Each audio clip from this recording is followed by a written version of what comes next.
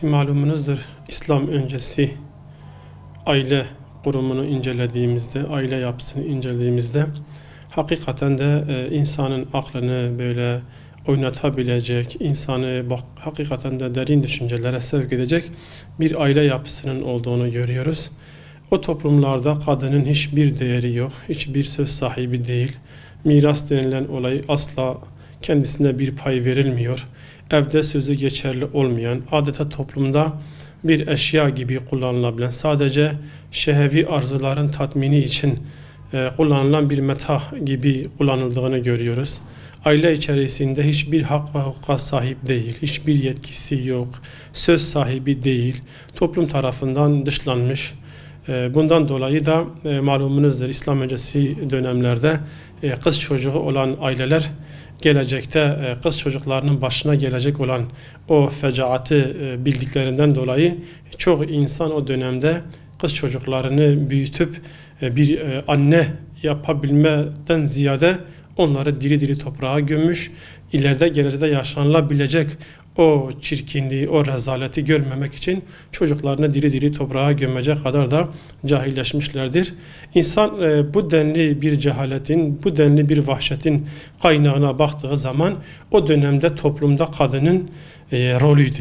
Yani kadının hiçbir değeri olmadığı için, kadının hiçbir saygınlığı olmadığı için, hiçbir hak ve hukuka sahip olmadığından dolayı bununla beraber en kötü şekilde muamele gördüğünden dolayı insanlar çocuklarını, özellikle kız çocuklarını diri diri toprağa gömecek kadar da vahşileşmişlerdi.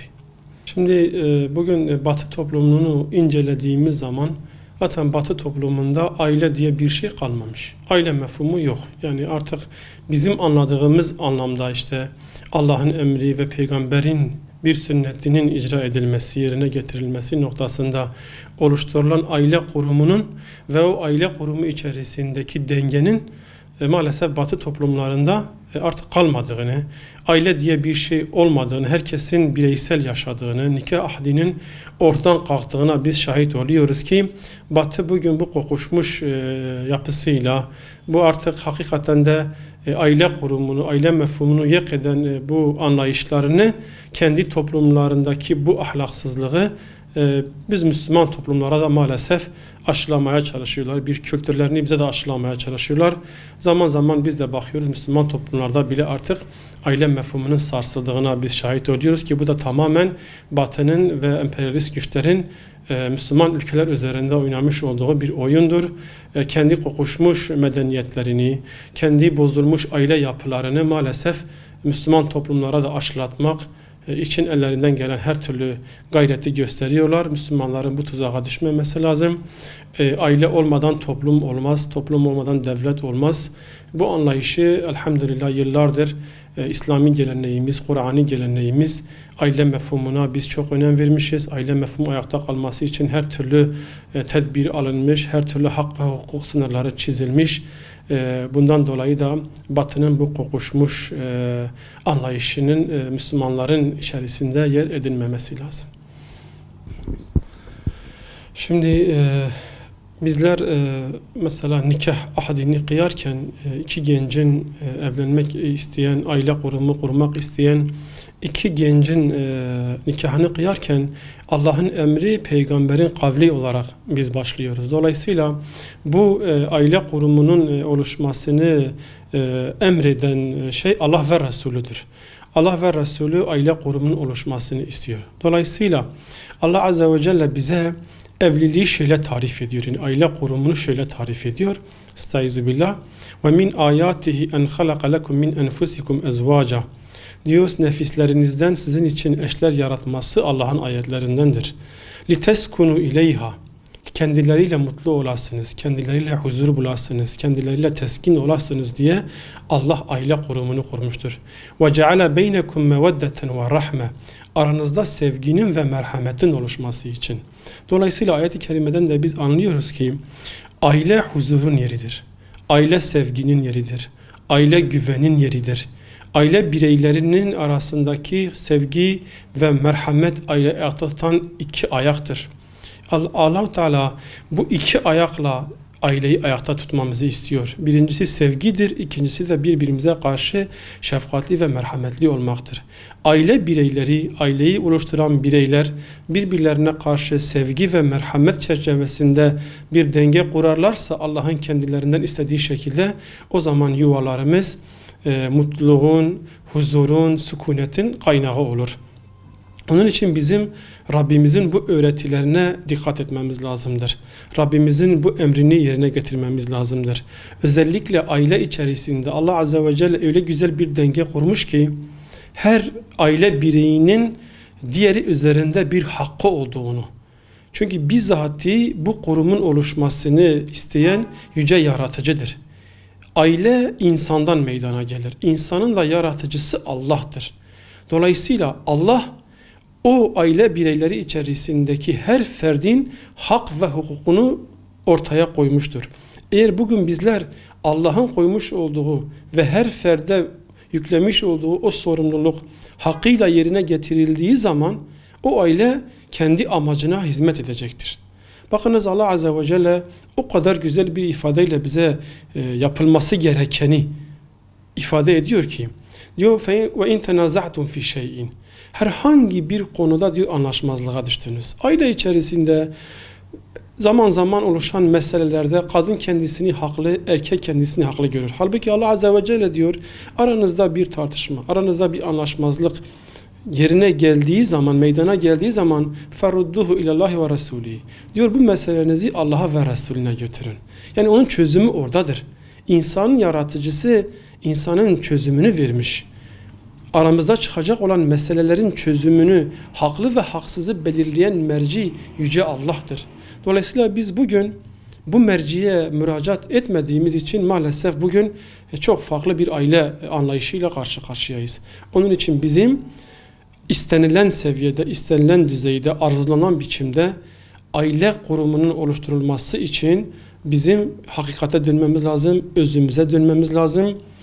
Yaratıcımızın bize belirlemiş olduğu hak ve hukuklara bizim riayet etmemiz lazım ki aileyi koruyabilelim, aileyi muhafaza edebilelim, nesillerin devamını sağlayabilelim.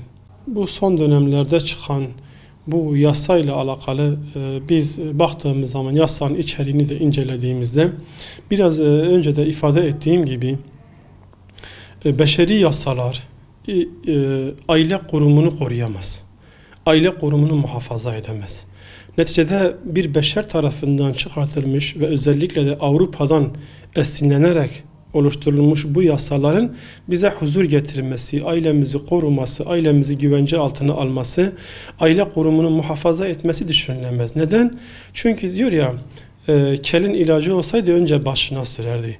Eğer bugün Avrupa eksenli yasalar aile kurumunu muhafaza etseydi, aile kurumunu ayakta tutsaydı, sağlıklı bir aile ortamı oluşturulabilseydi, bugün Avrupa aile hakkında bu hale gelmezdi.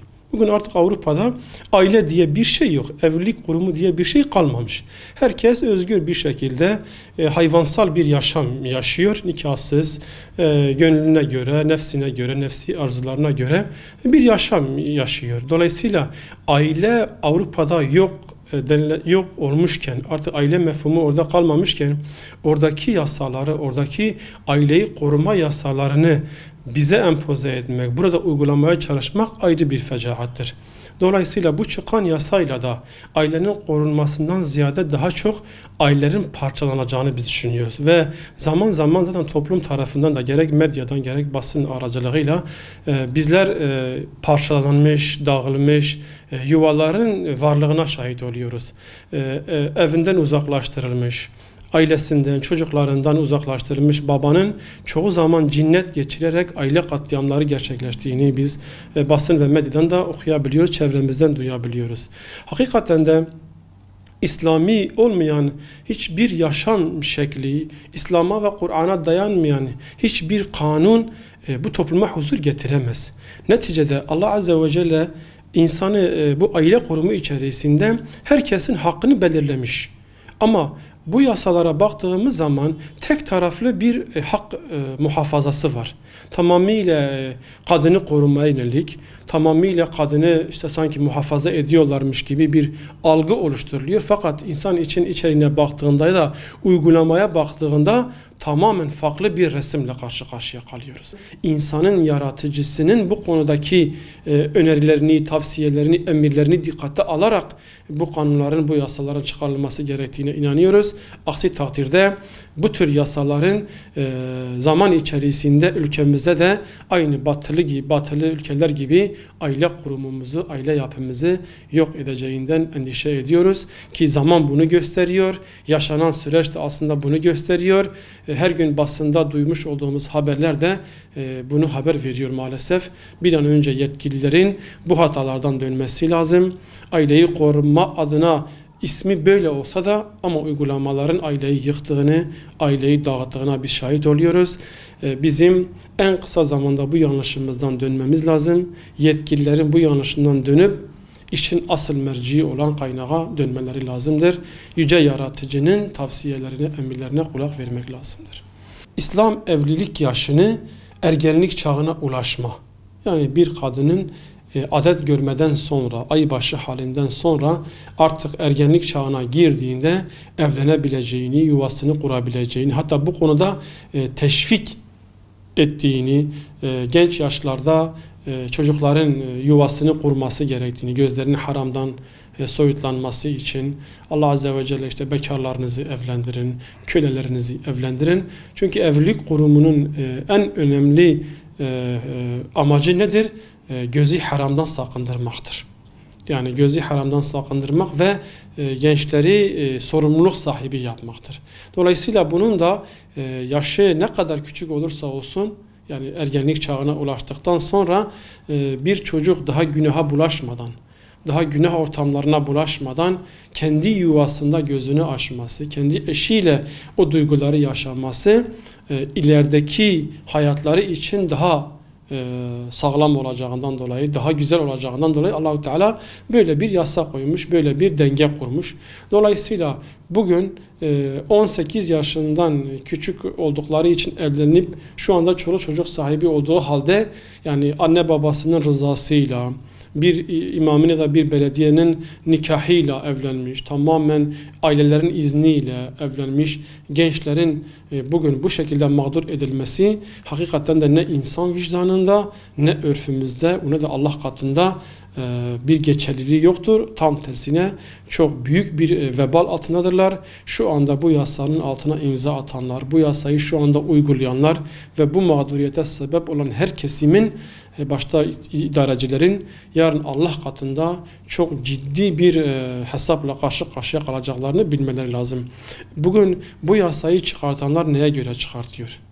Neye göre 18 yaş ya da 20 yaşı belirliyor? Neye göre bu gençler tamamıyla günaha bulaştıktan sonra bir yuva kurmaya çalışıyorlar?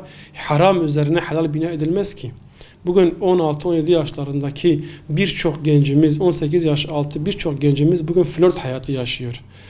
İslam'ın kabul etmediği, inancımızın, örfümüzün kabul etmediği bir aşk hayatı, bir flört hayatı yaşanıyor. Ve daha sonra yıllarca bu flört hayatı yaşayan insanlar farklı insanlarla bir yuva kurmaya çalışıyorlar. Yani daha önce inşa ettikleri haramın üzerine bir helal inşa etmeye çalışıyorlar. Biz çok iyi biliyoruz ki haram üzerine helal inşa edilmez. Ve dolayısıyla bugün toplum içerisinde bu denli boşanmalarının sayısının tavan yapması, yıl gittikçe, aylar gittikçe bu boşanma seviyelerinin çoğalmasının altında yatan neden de budur. Yani haram üzerine helal inşa etmesidir. Farklı insanlarla flört hayatı yaşayanlar evlendikten sonra da çok kısa bir dönem sonra o arzuları, o şehvetleri, o istekleri bittikten sonra aile nedir? Niçin evleniyor? Bunun da mahrum olduğu için, bu inançtan da yoksun olduğu için evlendiği kızla şehvi duygularını tatmin ettikten sonra sorunlar yaşamaya başlıyor. Dolayısıyla İslam bunların önüne geçmek için, Allah Azze ve Celle de ifade ettiği gibi mümin erkeklere ve mümin kadınlara söyle, gözlerini haramdan sakınsınlar ilkesinin, ayetinin de tecelli etmesi için, yani bu genç yaşta ailesinin rızası olduktan sonra evlenen bireylerin, evlenen çiftlerin Allah mesut etsin, mutlu etsin. Dolayısıyla şu anda bu şekilde mağduriyet yaşayan kardeşlerimizin en kısa zamanda özgürlüklerine kavuşması, eşinin ve çocuklarının sahipsiz kalmaması için bir an önce idare, yani yetkililer tarafından oluşturulmuş bu mağduriyetin giderilmesi lazım. Bu bir zulümdür, bu bir haksızlıktır. Bunların önüne geçilmesi lazım.